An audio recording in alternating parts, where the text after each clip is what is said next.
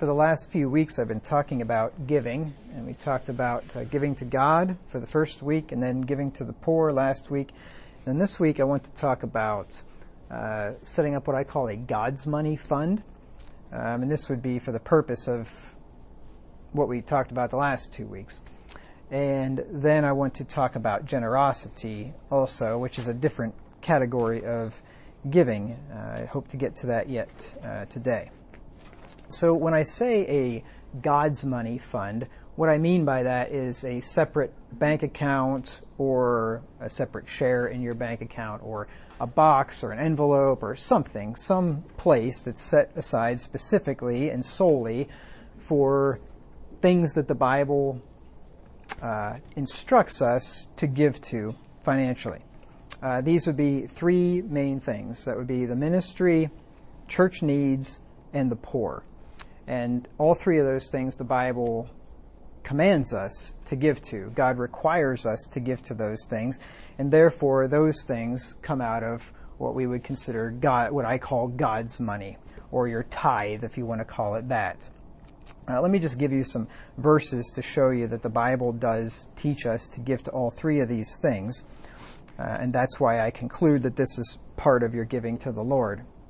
1 Corinthians 9 and verse 14 is the first one. This is a succinct summary of what Paul said for the previous several verses, where he's making the case here where ministers should be paid for their labor.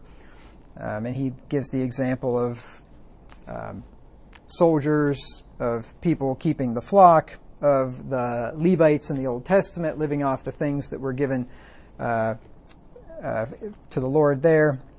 And he concludes, and he says, even so in the same manner, in the same way, even so hath the Lord ordained that they which preach the gospel should live of the gospel. So preachers, in other words, should live from their work. They should be supported based on the work that they do, and therefore they make their livelihood, in other words, preaching the gospel. Just like anybody else that you would pay for a service, that's sort of what's happening here. Paul says in another place that he had that they had given unto them spiritual things, and therefore they reap their carnal things. So that's the exchange that the Lord has set up here. In Galatians 6 and verse 6, Paul teaches likewise. There's a number of verses in here. I'm not going to. I've given them to you before in other studies, but I'm just going to give you three just to establish the point. Galatians 6 and verse 6. Let him that is taught in the word, so that's you all, that's people that's church members. Let him that is taught in the word communicate unto him that teacheth in all good things. That would be me. To communicate, as I've mentioned before, I'll mention it again because this is a word that has changed meanings over the years. To communicate means to give to another as a partaker, to give a share of, to impart, or confer. So it's not telling you to call your pastor up and talk to him every week. I mean, that's fine. You can do that. But it's not talking. That's not the type of communication that's it's referring to here. It's talking about giving. And then one more. 1 Timothy 5:17 and 18. 1 Timothy 5:17 and 18.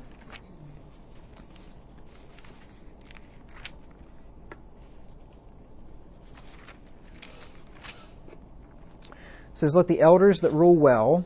Now remember, in the Bible, elder, bishop, pastor, overseer, steward, right? Those are all titles for the same office. Let the elders that rule well be counted worthy of double honor.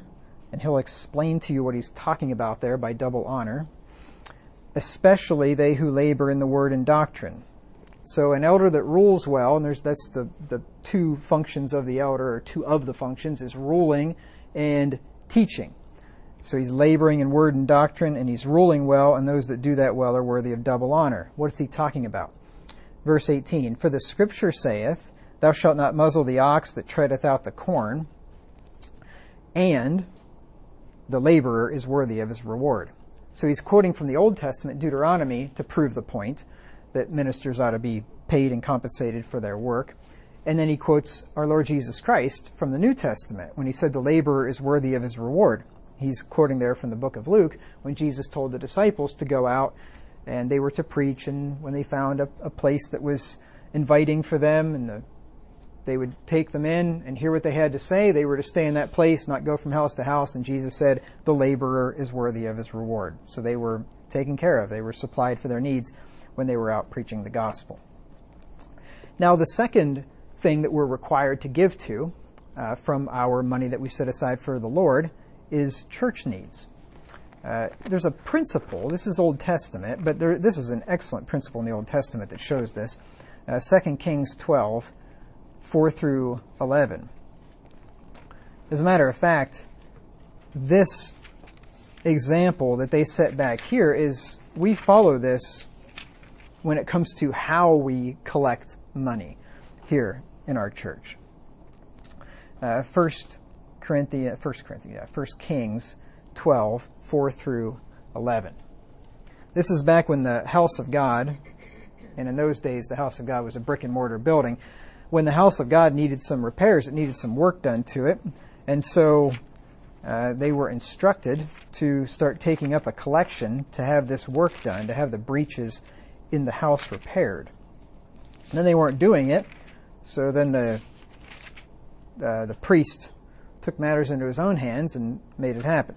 So we'll read about it here. 2 Kings 12, 4 through 11.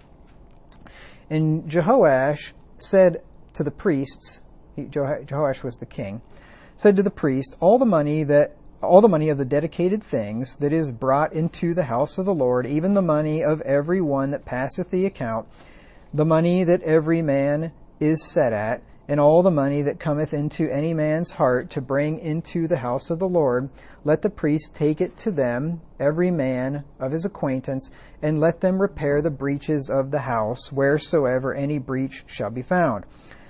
But it was so that in the 23 year of King Jehoash, the priests had not repaired the breaches of the house. So they just were delinquent in their duties. They weren't doing what they were supposed to. They weren't fixing up the house. Then King Jehoash called for Jehoiada the priest and the other priests, and said unto them, why repair ye not the breaches of the house? Now therefore receive no more money of your acquaintance, but deliver it for the breaches of the house. And the priests consented to receive no more money of the people, neither to repair the breaches of the house.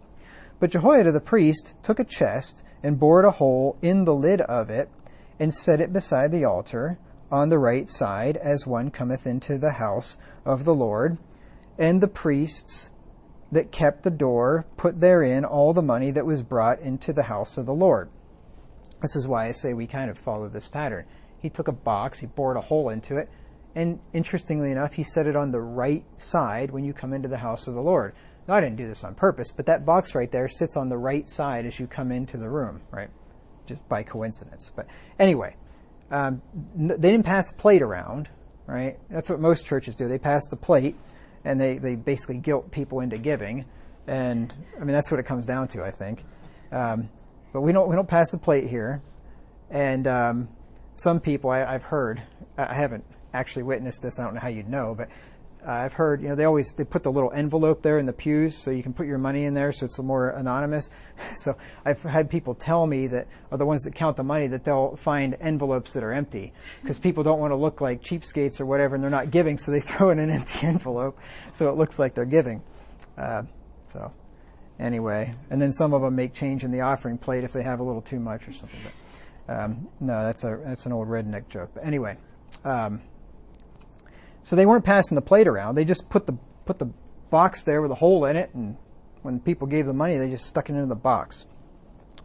And it was so, when they saw that there was much money in the chest, that the king's scribe and the high priest came up, and they put up in bags and told the money that was found in the house of the Lord. They told the money. That means to count. It's kind of funny when Ramsey says, tell your money where to go or tell your money what to do. It's kind of interesting. I guess that's a biblical usage of the word, sort of, in a different way. So they counted it up, basically. And they gave the money, being told, into the hands of them that did the work, that they that had the oversight of the house of the Lord, and they laid it out to the carpenters and builders that wrought upon the house of the Lord. So here's an example of people giving to maintain the house of the Lord. Now this was different from them giving of their first fruits of their crop so that the Levites could eat, right? They were tossing money into the box so that the house of the Lord could be repaired. So this was not supporting the ministers. This is actually supporting the needs of the church itself. We have examples of this also in the New Testament. If you look in 1 Timothy 5, 3 through 4, 1 Timothy 5, 3 through 4, here Paul gives instruction for the care and maintenance of widows that are widows indeed, and he gives a bunch of qualifications in this chapter for that. And I'm just going to read a few verses. Verses 3 and 4.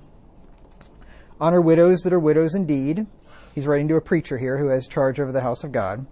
But if any widow have children or nephews, let them learn first to show piety at home and to requite their parents, for that is good and acceptable before God. So widows are to be honored by the church if they don't have children or family members to take care of them, and if they're 60 years old, only married once, and various things. And he goes down in verse 9. He gives some qualifications here that I just mentioned. He says, let not a widow be taken into the number under 60 years old, having been the wife of one man. So notice he says here, let her not be taken into the number, meaning the number of the widows that the church is supporting. So he's talking about something that the church would be supporting here. The church would be supporting these widows. And then verse 16, he says, if any man or woman that believeth have widows, let them relieve them, and let not the church be charged, that it may relieve them that are widows indeed. You see, so there are widows that the church should relieve. So this would be money that would be given to the church, and the church would be distributing this money in the form of food and whatever else, help for the widows. So there are times when it would be right for us to give money to the church fund for the church fund to be used for something. This would be one case like that, taking care of widows. Or also taking up a collection for poor saints. Could be in our own church or in another church. And you have an example of this in 1 Corinthians 16, 1 through 3. So this would be part of your Lord's money. Whatever money you set aside for the Lord, part of it would go to the preacher. Part of it would go for church needs if there are any. We don't really have any and haven't had any. But if that was something, then that would be part of it. And then also for the poor, which I'll get to next. 1 Corinthians 16, 1 through 3. Now concerning the collection for the saints, as I have given order to the churches of Galatia, even so do ye. Upon the first day of the week, let every one of you lay by him in store, as God hath prospered him, that there be no gatherings when I come. Verse 3, and when I come, whomsoever ye shall approve by your letters, them will I send to bring your liberality unto Jerusalem. So again, this was a collection made. This wasn't individuals individually sending money to help the saints in Jerusalem. They could have done that. But this was actually something that Paul told them, I want you as a church to take up a collection, but every man lay by himself in store. So every man, you all save up the money, and then when I get there, all the money gets pulled, and it gets given to somebody, a representative that takes it to Jerusalem. And I want you saving this up as you go every week. I don't want to get there and say, okay, where's the money for the saints in Jerusalem? And you're like, I left my wallet at home. I don't know. I don't really have any. Let me go check the cushions in the couch or something. No, this was put it aside every week, have it laid up in a fund, right? In your God's money. This is basically their God's money fund. Put this money there every week, and then when this need comes, you've got the money, you can give it to this need. That verse right there is basically the basis of how we do giving in this church. That's the idea. You lay by yourself every time you get paid, and then you give to the Lord's, the needs that the Lord commands, you give out of that fund to those things.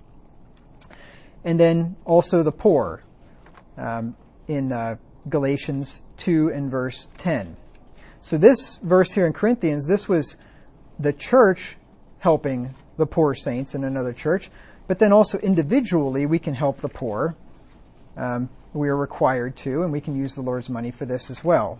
People that are truly poor, as I talked about last Sunday. People that lack the basic necessities of food, clothing, shelter, medical care, those things. Galatians 2 and verse 10, which I read last week. Only they would, this is the other apostles, Peter and John, that were sending Paul off.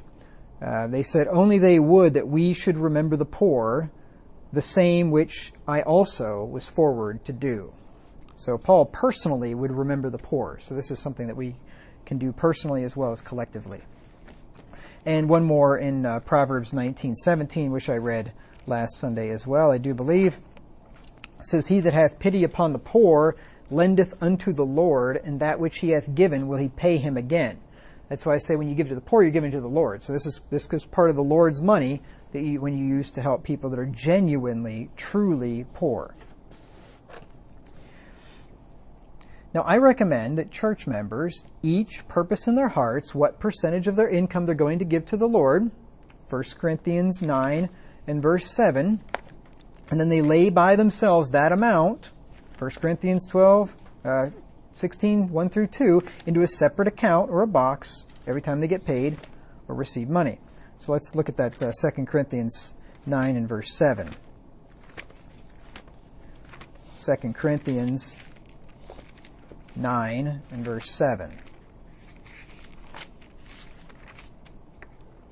Every man, according as he purposeth in his heart, so let him give. So you have to purpose.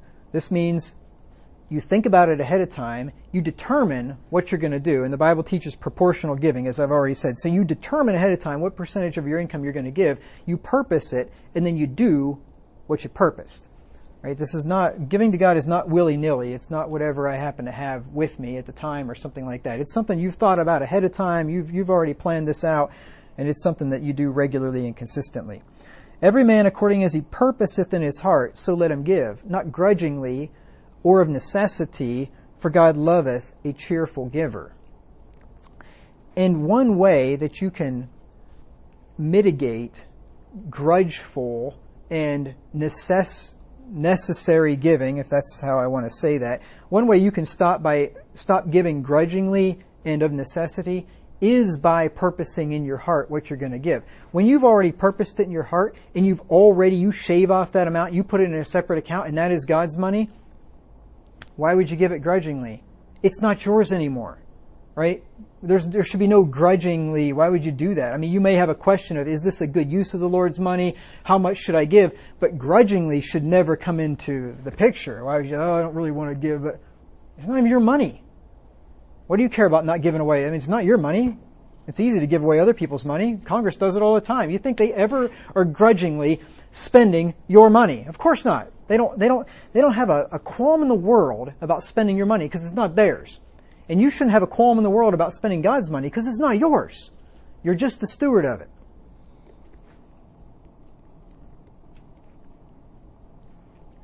So like I said, 1 Corinthians 16, 1 through 2, lay by yourselves in store. You know, every time you get paid, you put that money into the Lord's money. And this is no different than or shouldn't be any different than any other area of your life if you budget. You ought to be budgeting, and like I talked about in the budgeting sermon, having sinking funds for your car fund, for your house maintenance fund, for your house savings fund, for your car insurance fund if you pay it every year, every 6 months or whatever, for all kids' college fund, whatever, all kinds of your vacation fund, right? All these things, like I already told you and taught you, you ought to be figuring out, I'm going to put this much per month in each of these funds. I'm going to put it in there, and then when that need comes up, I can use that fund to pay for that need. It's the same way with the Lord's money. This is no different. It's just with the Lord's money, you need to do it. You're commanded to do it. If you're smart, you'll do it with other stuff in your life too, but at least with this, you better do it because God tells you to do it. As for the other stuff, you'd just be wise if you did it. Now, the money in that account or that box or that envelope or whatever, That then becomes God's money. That's what I call it. To be used for supporting the aforesaid things which God requires us to. The ministry, church needs, and the poor. So once it goes into that fund, it should never go back out of that fund, right? It then gets given to the things that God says it needs to be given to.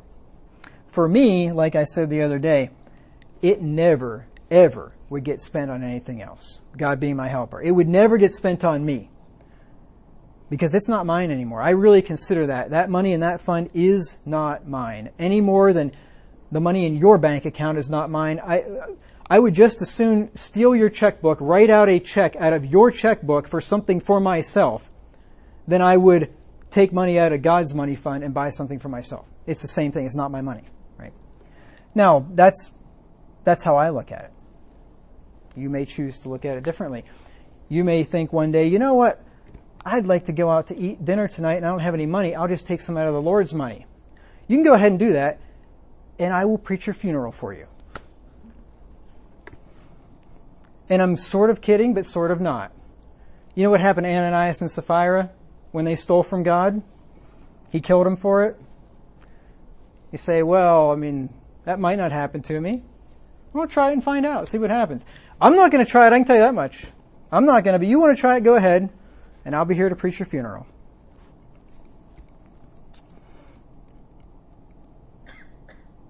This is what I've done since I was converted.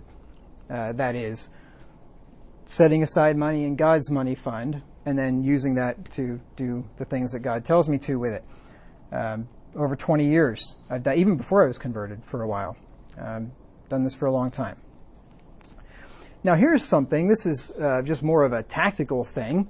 A friend of mine was telling me the other day that he does this, and I never even thought about it. I don't even know. I think I knew it was a thing, but some companies will allow you to set up multiple direct deposits for your paycheck, and you can deposit part of your paycheck into one account, you can deposit part of your paycheck into another account, and he has his Lord's money deposited directly into a different bank account, goes straight in there, right out of his pay.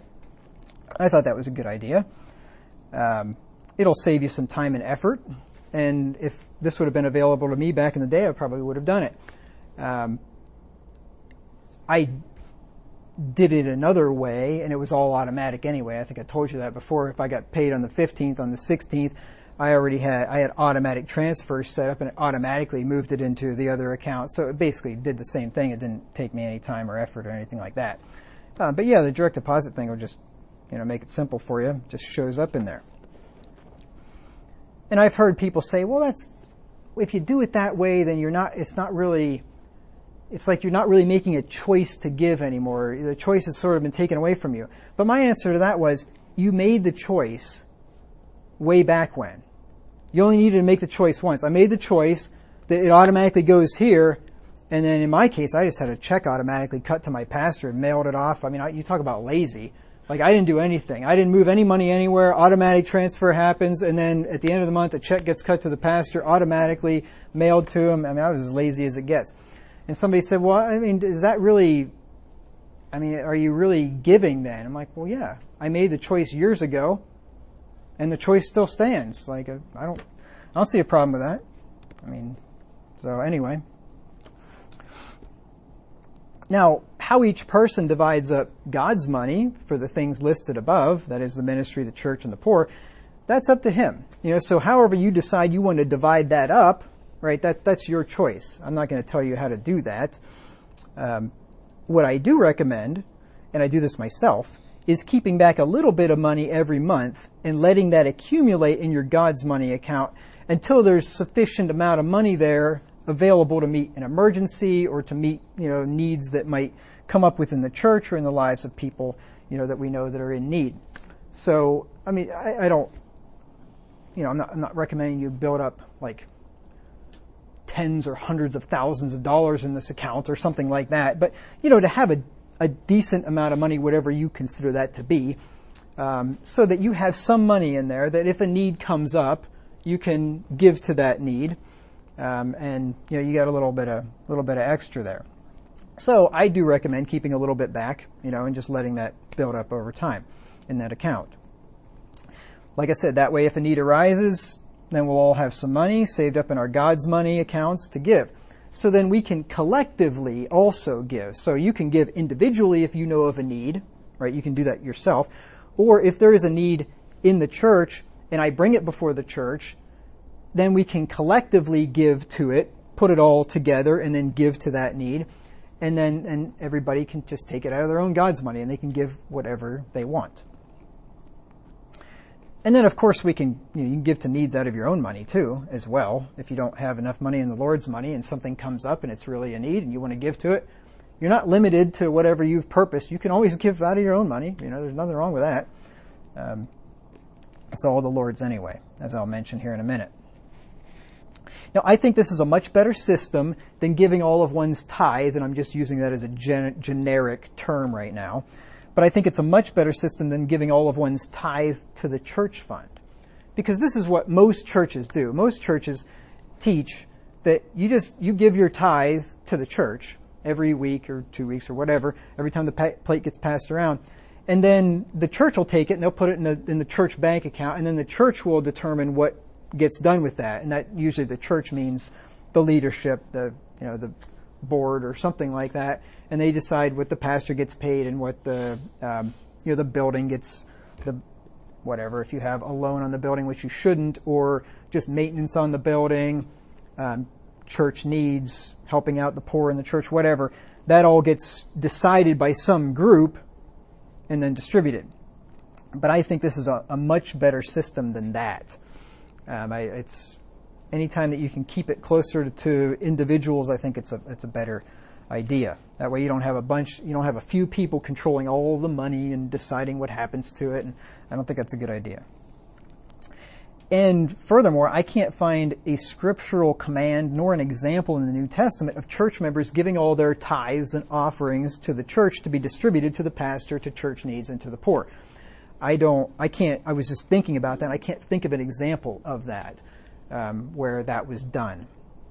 The only thing that I could think of was in the Jerusalem church, some people sold their land and they did lay that money at the apostles' feet. They gave that to the church, to the leadership in the church, to be distributed to the poor.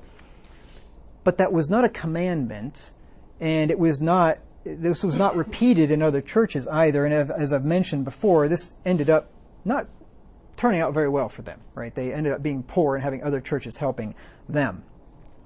But even so, that was not their regular tithing, right? Some people, when they sold land, they just gave the whole amount, right? This was not a tithe. This was 100%, right? They sold the land, gave it all to the church. Well, so this is a different thing. This was not their regular giving, just all being put into some church, fund or something like that. So I don't see an example of that in the New Testament. If you know of one, tell me about it, but I'm not aware of one. So this is why we have no church box here in this church. We've got the pastor's box back there, but we don't have a church box. And we don't take up an offering for the church on a regular basis, or as a matter of fact, ever. So far. I'm not saying I wouldn't, but I don't know if you've noticed or not, but in 10 years of this church, I've never one time set out a church box for a church fund. Ever. Never collected any money for the church. And there's a good reason for that. Because the church has zero expenses. What would be the purpose of me setting out a church box and all of us putting money in there and the money keeps building up and up in some envelope somewhere? For what? I mean, we literally have no expenses. So there's no purpose for that. And I don't want to do that. I don't want a big pile of money to be sitting there and then there's a need and then they'll say, okay, can we give to this need? And then the church has to vote on it or I have to consider whether we want to do that or not. That's just not a good idea. I'd rather, you take that money that you would have put in the church box and just keep it to yourself. Keep it in your own God's money fund. And then when the need comes up and I say, hey, here's this need, like we've had when we helped out a member of another church that had a medical problem here a year or so ago. I put out a can for that and people gave to it as they wanted to. I put out a can every 2 months for the Oaks, right? To give them a donation, just as appreciation for letting us meet here. Again, I don't put out a box every week and it builds up in some fund and then I give it to the Oaks. I just put out a box every couple of months. People put whatever they want into it out of their own Lord's money and then that goes for that donation. I think that works just a lot better. We actually do have a church fund here. The only reason we have one is because we inherited it from the Minneapolis church. And the only reason the Minneapolis church had one is because it was set up before I ever got there. I never set a church box out in Minneapolis either. Not one time. There wasn't need for it. I paid for the church meeting room out of my own Lord's money. It wasn't very much, for the most part, it wasn't very much money, and it was just something that I could pay for out of my Lord's money. There was no reason for a church fund. And we had another church that disbanded of like faith, and they gave the Minneapolis church some money, and then that money ended up being given to us when the Minneapolis church disbanded. But anyway, that's the only reason there's any there. And honestly, I'd rather not have it. I hold on to it. I'd rather not have it, honestly. If there ever comes up a need, we can spend that money, and then we won't even have a church fund. There's no need for me to be hanging on to that.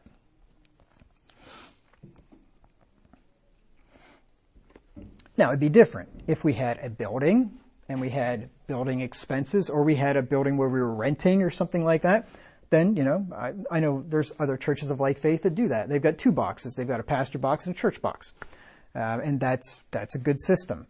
And people give to both, and then they pay for the church needs, the rent of the room or whatever. They pay for it out of that church fund. What I don't recommend doing is, I know of some churches that only have one fund, and it all gets put in there, and then the room gets paid for, and then the pastor takes what's left over. And I'm not doing that. I don't like that at all. Keep it separate. Let the church donate for the room, and let the church give the pastor what they want. Keep those things separate. I do not like this idea of all one thing, and that's not a good idea in my opinion. And since I'm the steward, my opinion counts. And the ultimate decision on this one would be up to me. So this way, each person or each family is in control of their own God's money, and they can give it to godly causes as they see fit. When there is a need within the church, or in another church possibly, or even outside the church, which would scripturally qualify for our support, I bring it before the church, and anyone who chooses to can give towards it from their God's money. If a person doesn't think it's a valid cause, he doesn't have to give. And that's the beauty of the situation, right? So say I bring it up and I say, brother so-and-so in another church broke his leg. I think we ought to take up a collection to help him out. And maybe some of you think, I know brother so-and-so, and that was a stupid thing that he did, and I don't think we should help him out at all. And then people start fighting about it. Well, I don't think we should. Well, I think we should. But that's not a good thing, right?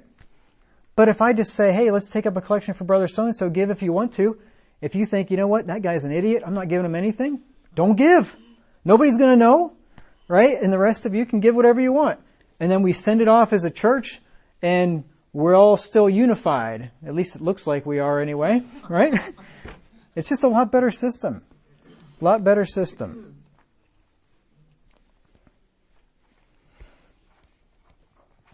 This, like I just said, this limits disputes about what particular causes should be supported with God's money, as I call it, and what shouldn't be. On the other hand, and I probably already said this, but on the other hand, if all the church members gave their Lord's money to a church fund, and then out of it the pastor was paid, church needs were covered, and the poor were helped, then the church would collectively have to decide how much should be given to each thing, which could cause strife, because different people have different preferences and different ideas about things. Or even worse, the pastor just says, I'm going to make all the decisions and I'm going to decide where all this money goes. That's even worse, because then people are really going to be upset, and I wouldn't blame you.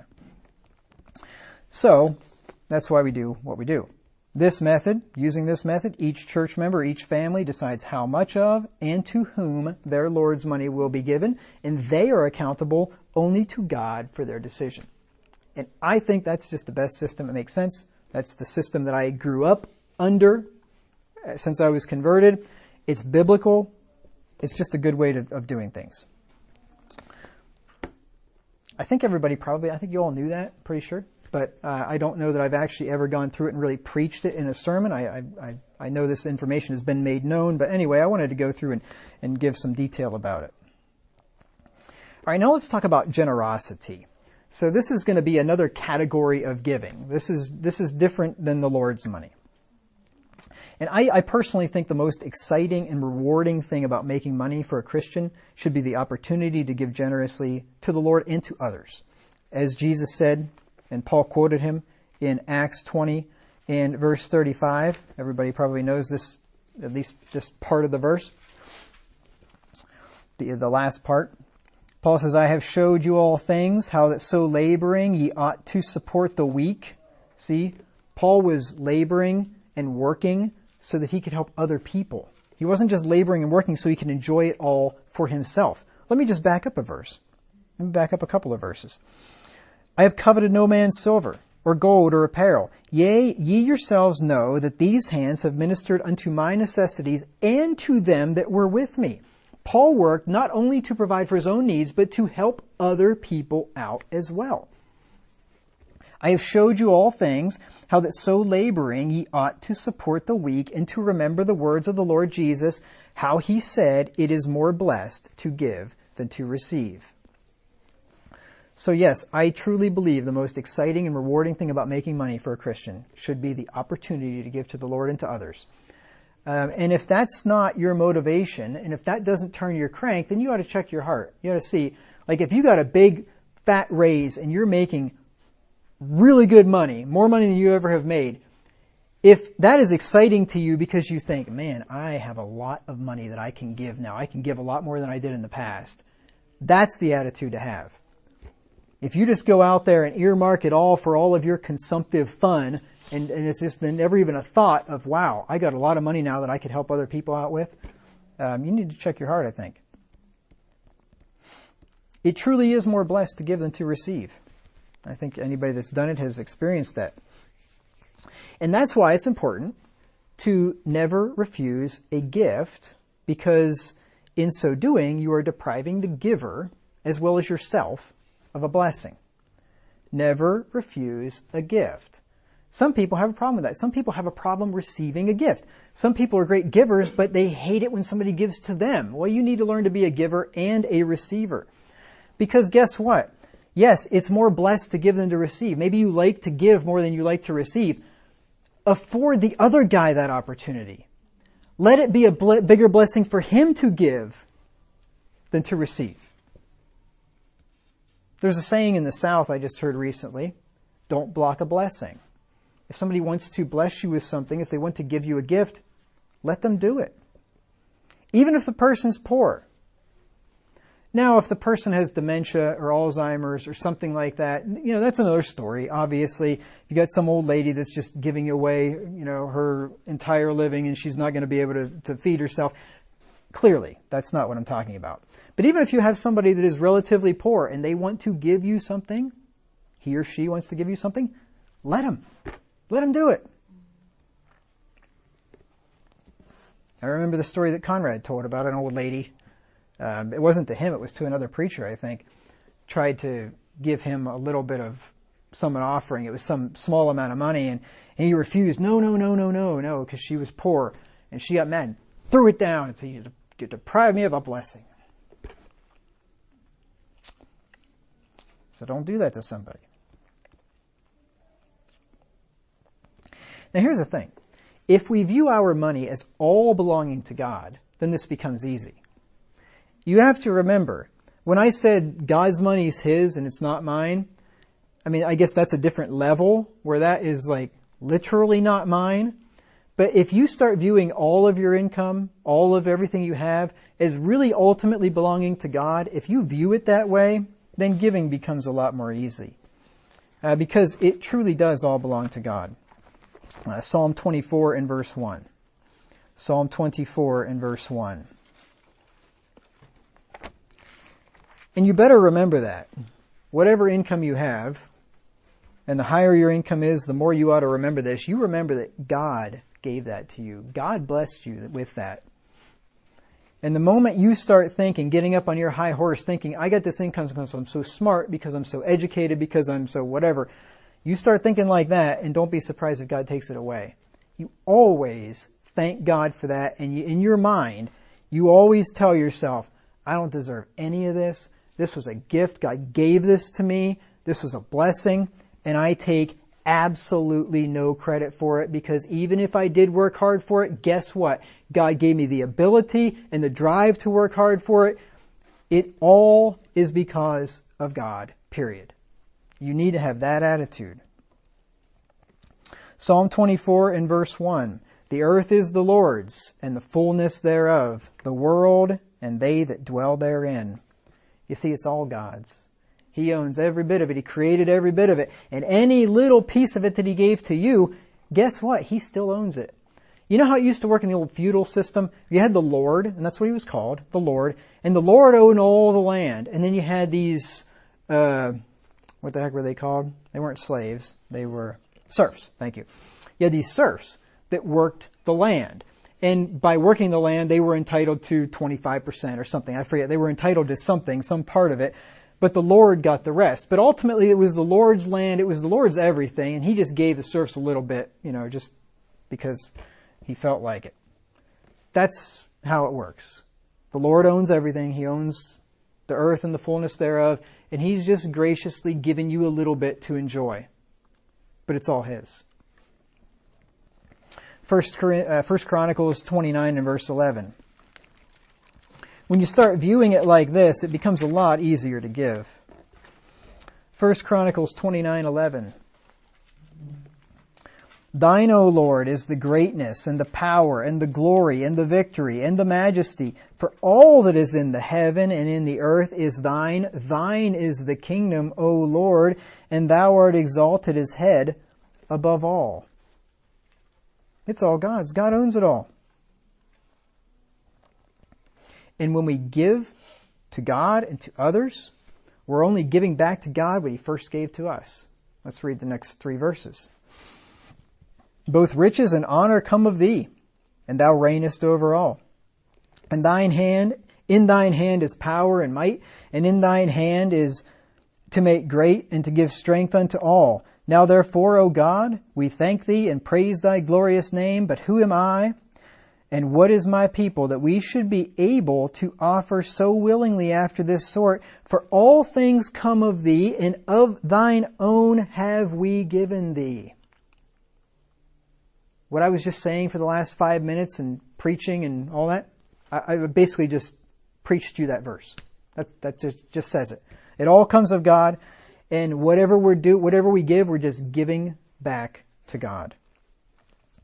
I know this kind of irritates my wife, but she'll thank me if we go out to eat. Oh, thank you. Thank you for that. Or thank you for buying something. And I always tell her, I'm like, no, just thank the Lord. He's the one that gave it to us. She's like, well, I know, but still, you worked for it or what? I'm like, no, just thank the Lord, because He's the one that gave it to us.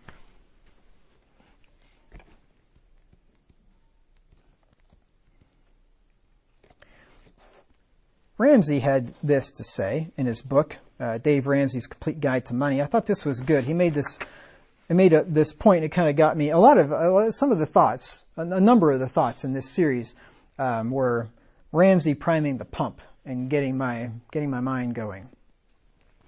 Really glad I decided to read those books, because I did this whole series. I put this all together. I hadn't read the books yet. I had them sitting on the shelf. I got them for just a few bucks at a used bookstore. And then I thought, I should probably read those books. I'm really glad that I did, because I got a lot out of them. And this series probably ended up being, a few months longer because of that. So anyway, here's what he had to say. He said, it's always easier to give someone else's money away because we feel no attachment to it. Like I said, Congress does it all the time. You think it pains them one bit to spend another trillion of your money. Not a bit. They don't care. Why would they? The Bible says, quote, the earth is the Lord's and the fullness thereof. You know what that means? God is the owner. He owns it all. Not a tithe, not a love offering, not our leftovers. He owns it all. When we view our wealth like that, then suddenly giving becomes easy, because we're not giving our money away at all. We're just asset managers for the Lord, doing what the owner, God, tells us to do with the money. And I thought that was really good. Asset managers, or stewards, in other words. That's why it's called stewardship. You take care of the money in God's stead. For God's the owner, but you are in control of it. You manage it. he gave the example in the book, and I thought this was good.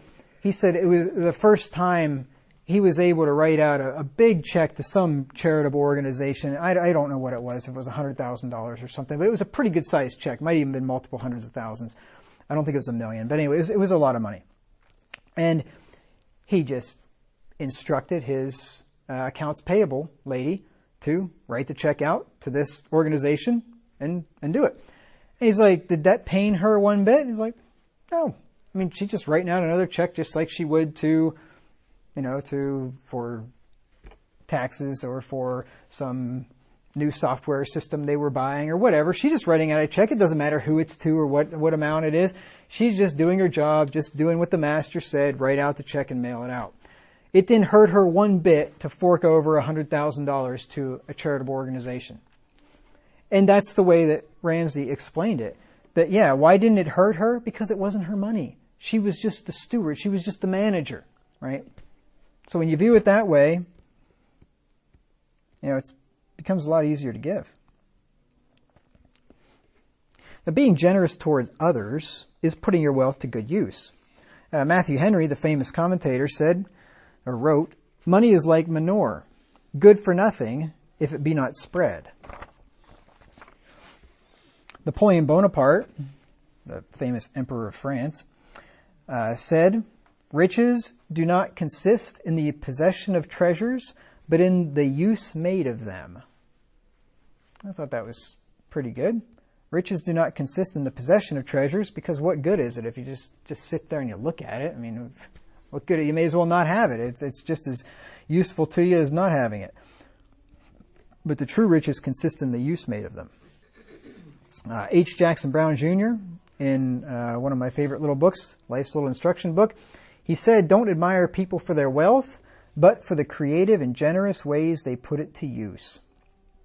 He also said, "If you make a lot of money, put it to use helping others while you are living. That's wealth's greatest satisfaction." And I agree. I do agree with that. And then some unknown quantity named C.E. Wagner said, "It's more important to make a difference than a fortune." I think that's true too. If I didn't, I wouldn't have said it. What's that? What's your middle name? Edward.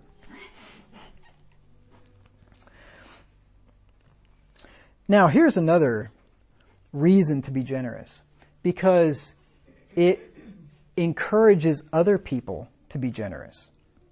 And this kind of has dawned on me over the last few years. People oftentimes do not become givers until they are first given to.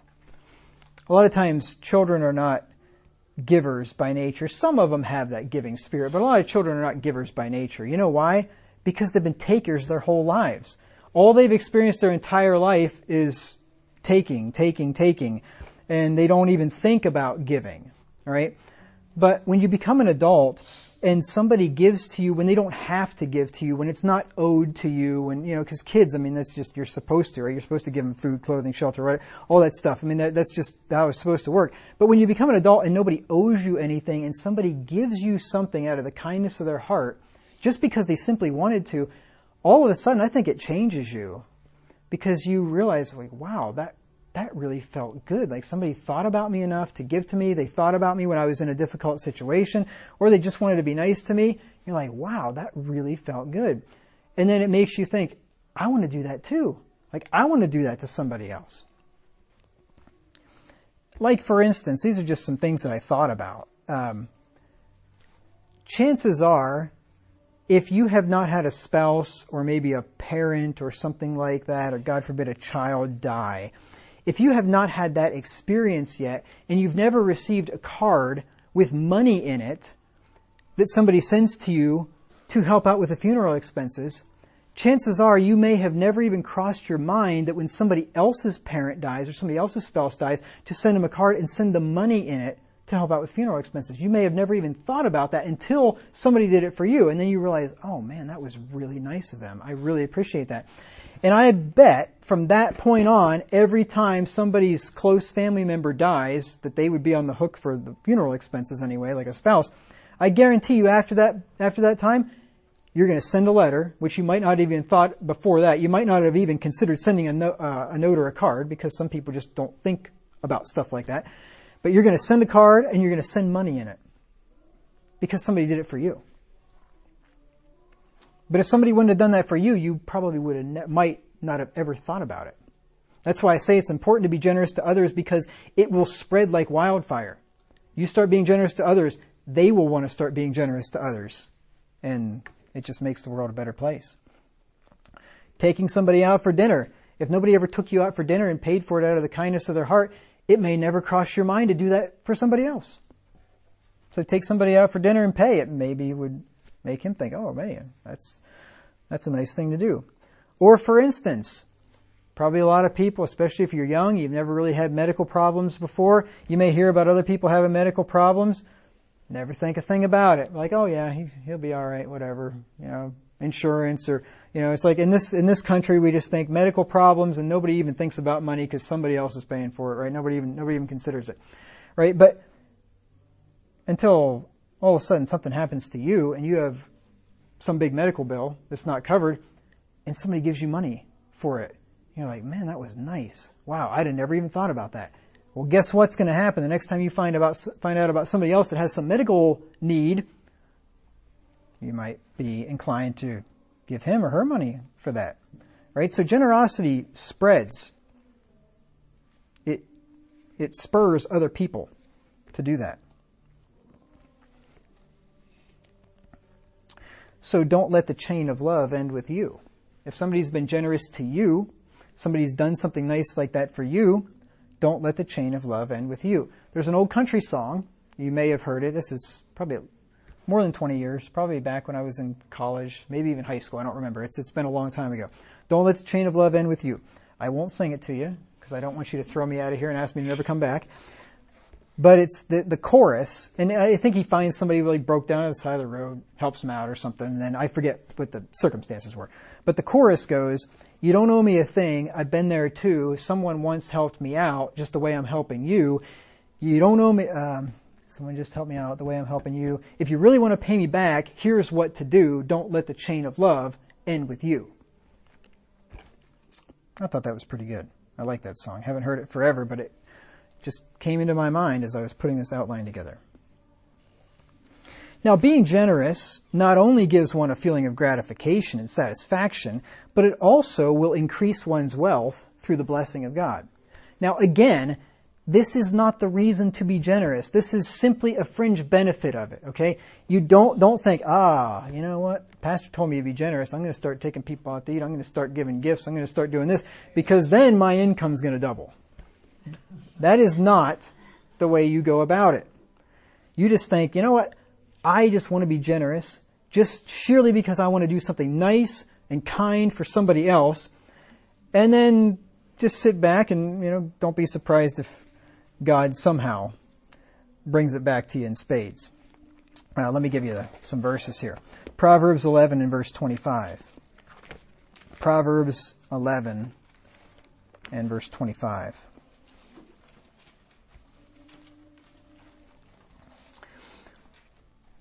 It says, the liberal soul shall be made fat. And no, that's not talking about Chris Christie. Okay, nobody got that. But Chris Christie, the big fat guy, governor of New Jersey, I think it was, liberal Republican. This liberal's used in a different sense here. The liberal soul shall be made fat, and he that watereth shall be watered also himself. Liberal means free in bestowing, bountiful, generous, open-hearted.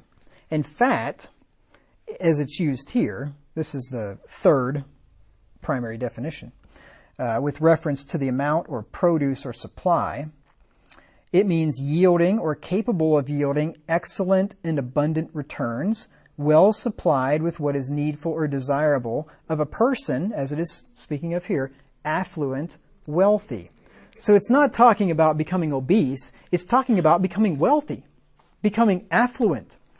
So if you plug the definitions into the verse, in other words, the man who is free in bestowing gifts to others and is bountiful, generous, and open-hearted shall be well supplied for, affluent, and wealthy.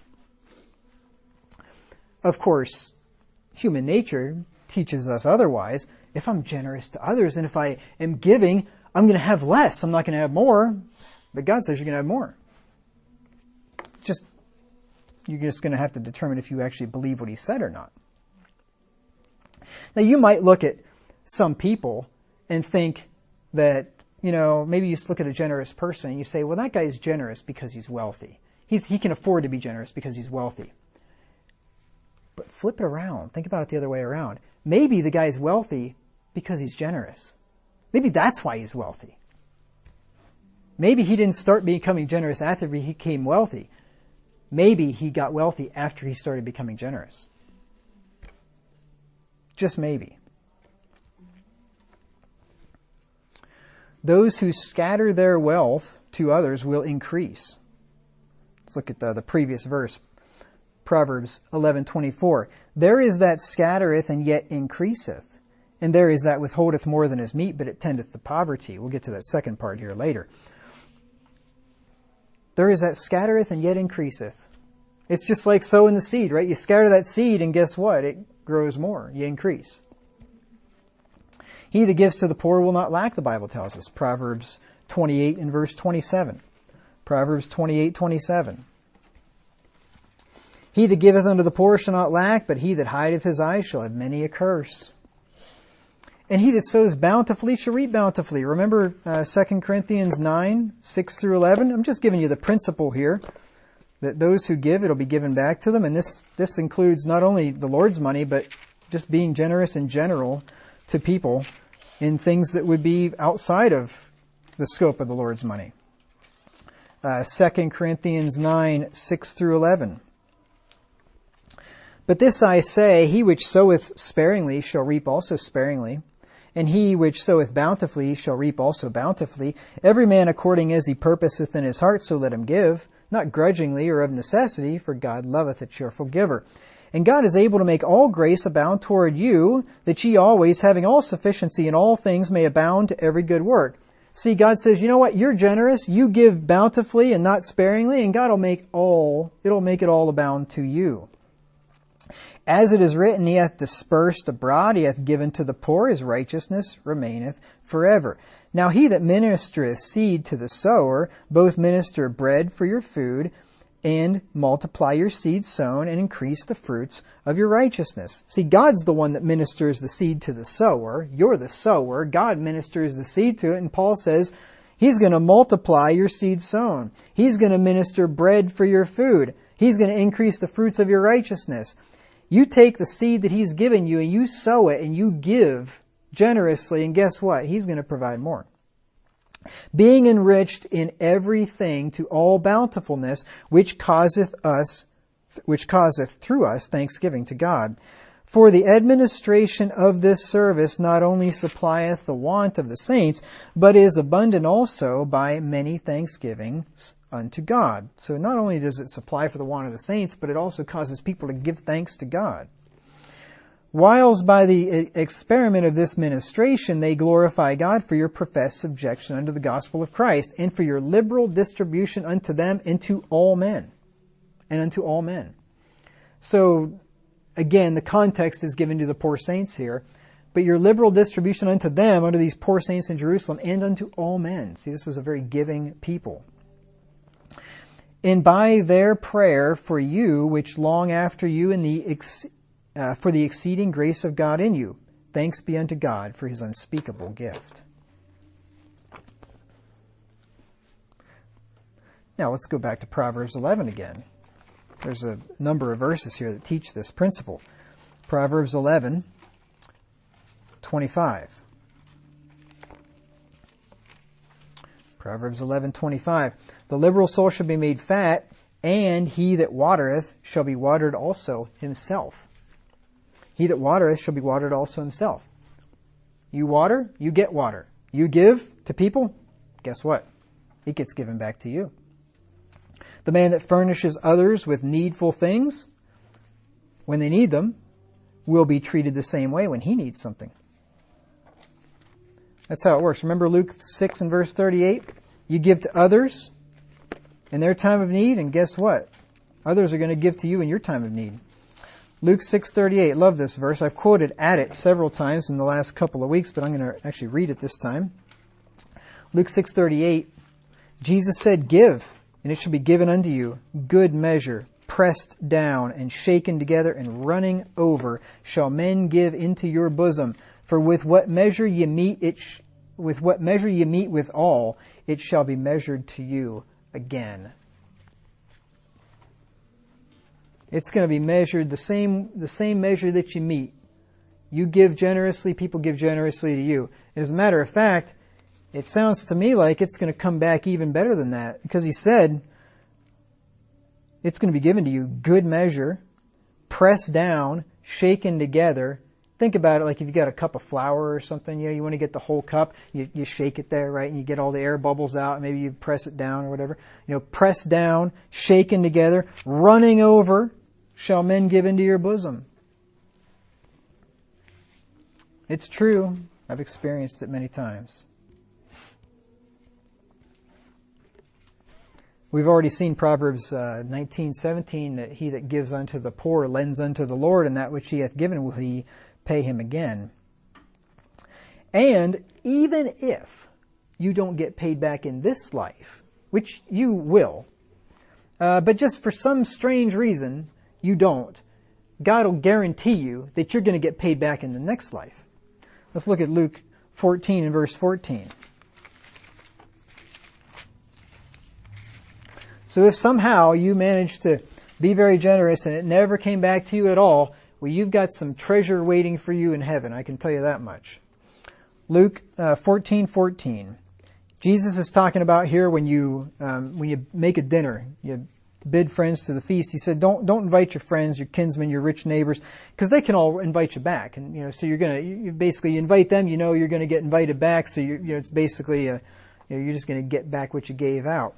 But he says, don't do that. When you make a feast, there in verse 13, when thou makest a feast, call the poor, the maimed, the lame, the blind, and thou shalt be blessed, for they cannot recompense thee, for thou shalt be recompensed at the resurrection of the just. So what happens when you help some poor person out that couldn't possibly ever repay it or give it back to you in kind? Well, the Lord will take care of it, and if not now, at the resurrection of the just. Ramsey had this to say in his Complete Guide to Money. He said, "If I clench my fist around that $1,000, none of it will leave, but at the same time my hand's not open to receive any more. I've put up a wall that keeps my money from getting away and keeps more money from coming in." You ever notice that? If you've got your money, your hand clenched tightly around your money, and somebody else goes to hand you some, you ever try to pick something up with a clenched fist? You're not going to be able to pick it up, are you? You're not going to be able to accept it. But if you've got an open hand toward others, well, that open hand goes both ways. You can receive as well as give with it. Now, those who are greedy will and do not give will end up losing what they have. Remember Proverbs 11:24. I told you we'd get to the second part of that. Proverbs 11:24.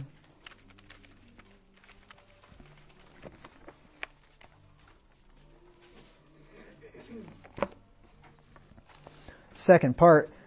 Now let's just read the whole thing. "There is that scattereth yet increaseth, and there is that withholdeth more than is meet, or more than is suitable, but it tendeth to poverty." See, the miser thinks that he's going to get rich by being stingy. And God says, nope, you're going to get poor by being stingy. He just has his ways. God has his ways of making things work out. Let me give you an analogy. This might help to illustrate the point. This came from my own life, and when it happened, I thought, I'm going to use this as a sermon analogy someday. And it was in the bathroom, on the toilet, believe it or not. And my bidet was leaking at the handle. And it was irritating me. And so when I got the bidet, it didn't have the right O-ring in it for whatever reason. So I had to put a couple of O-rings in there myself, and I had to kind of bore them out and make them work and make them fit. And it worked for a while, and then it started leaking.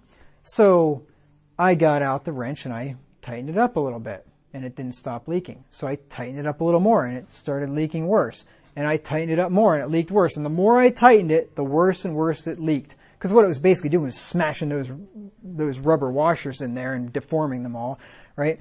So I tore the whole thing apart. I cleaned off all the washers, put it all back together, and just snugly tightened it.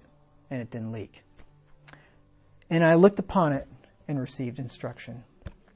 And I thought, if you clench your fist around money, it'll just go right through your fingers. And the harder you clench around it, the more it's going to go out of your fingers. Just like that bidet. The more I tightened that thing up, the more it leaked. When I loosened it back up and just barely tightened it, it didn't leak anymore. You keep your grip loose on your money, and you be willing to help out others when they're in need, and just be willing to be generous in general. Don't be surprised if your money quits flying out of your hands and the Lord starts filling up your barns. Now, I recommend creating a generosity fund. Remember how we looked at in the first part of this sermon, how that Christians ought to lay up money in store by themselves, right? 1 Corinthians 16, 1 through 2. And lay that up so you have that money there to give to the Lord's needs, right? I recommend doing the same kind of thing with a generosity fund. I recommend putting a certain amount or percentage of your income in a generosity fund each pay period, and then use that money to bless others with. Now, that is your money, right? The Lord's money is His. You don't touch that. That only goes to things that He specifically says that it goes to. But the generosity money is your money to use however you want. Now, for me personally, it doesn't get spent on me, okay?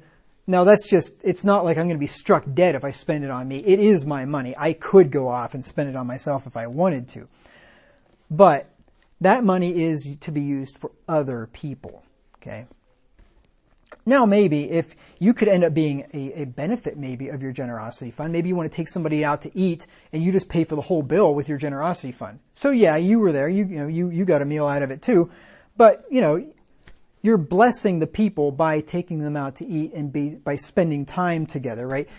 You could have just given them money to go to the grocery store and buy some food and go home and eat it, right? But it wouldn't quite be the same, would it, right? So I'm not saying you could never benefit at all from your own generosity fund, right? If you take somebody out for a nice day and you take them out to an amusement park or something and you pay for the whole thing, out of your generosity fund, you'd have some benefit there, but you've also benefited somebody else. So, the nitty-gritty and the minutia of how you do it is up to you, right? This is not like, thus saith the Lord or anything. But this money should be set aside, to be used to bless others, is what I'm suggesting, anyway.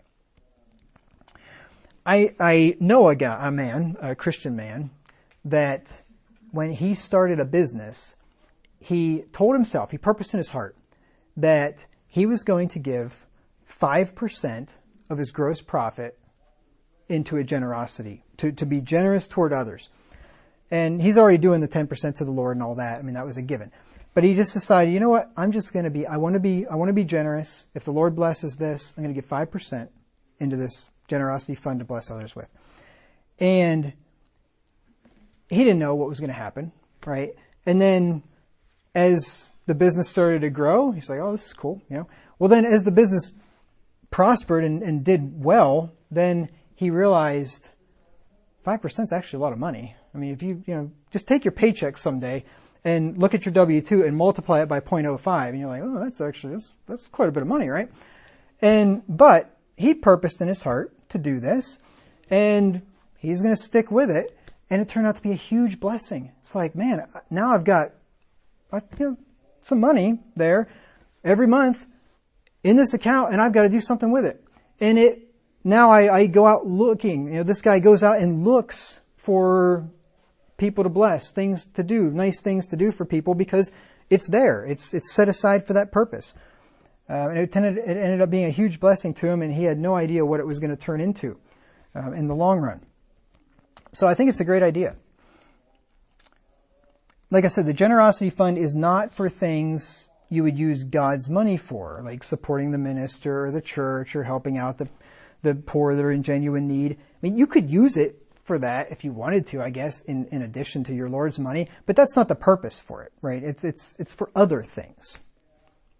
Of course, I'm just making this up. I mean, I made this thing up, right? I mean, the whole idea of the generosity fund, so this is not like some, I'm not giving you thus saith the Lord, so you can do whatever you want, but I'm just saying this is my idea anyway. The generosity fund is for things like doing nice things for others that you're under no obligation to do whatsoever, right? Like taking people out to eat or something like that. Or giving somebody a gift card to a restaurant. He'd take him and his wife out to eat and go out and enjoy themselves or whatever. Something like that, right? You could use your generosity fund for that. Giving gifts to people, whatever, if that's birthday or if that's just random, you just want to give somebody a gift just for fun. You're out somewhere and you see something, you're like, oh man, I know that he or she would love this thing. You just buy him a gift just out of nowhere for no reason whatsoever. You use your generosity fund for that. Or random acts of kindness, like leaving a big fat tip on the tab, just for fun, just for no reason whatsoever. The waitress did a nice job, she probably needs the money, and give a nice big fat tip, just for the fun of it. Just random act of kindness.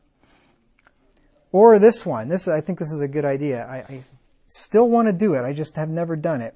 Some guy did it to me years ago, I've never forgotten it. I was behind him in line at a coffee shop. I mean, this is like back in Ohio. And this guy pays for his meal, and he's like, or his coffee, he's like, and whatever this guy wants. I'm like, are you kidding me? Nope. He bought my coffee just for no reason whatsoever. I thought, man, that was so cool. I've always wanted to do that. I need to do that one of these days. But that's just an example. Or, like I talked about the other day, you see people holding up the signs in the Walmart parking lot, and they're having a rough time, need to get home or whatever.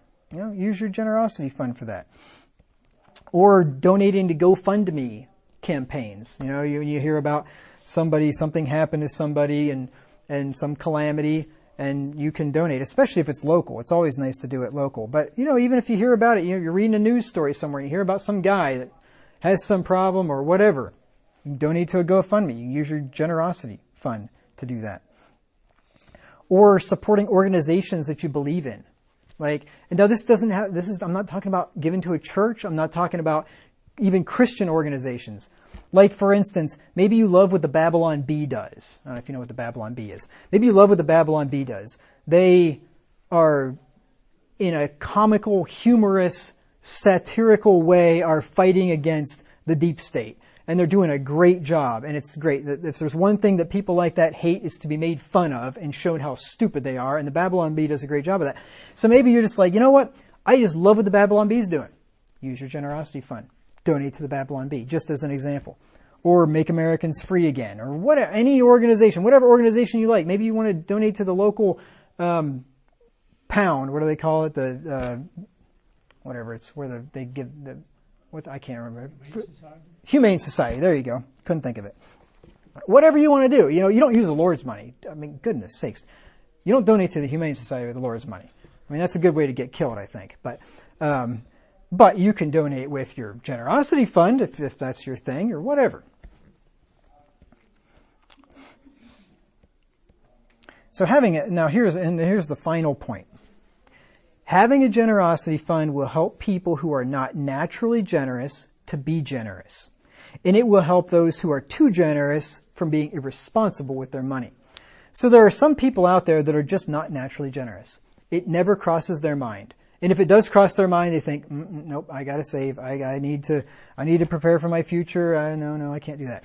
So if you take somebody who is not naturally generous, and there's plenty of us out there that are like that, set up a generosity fund. I'm going to put X percentage or X amount into this every single time I get paid.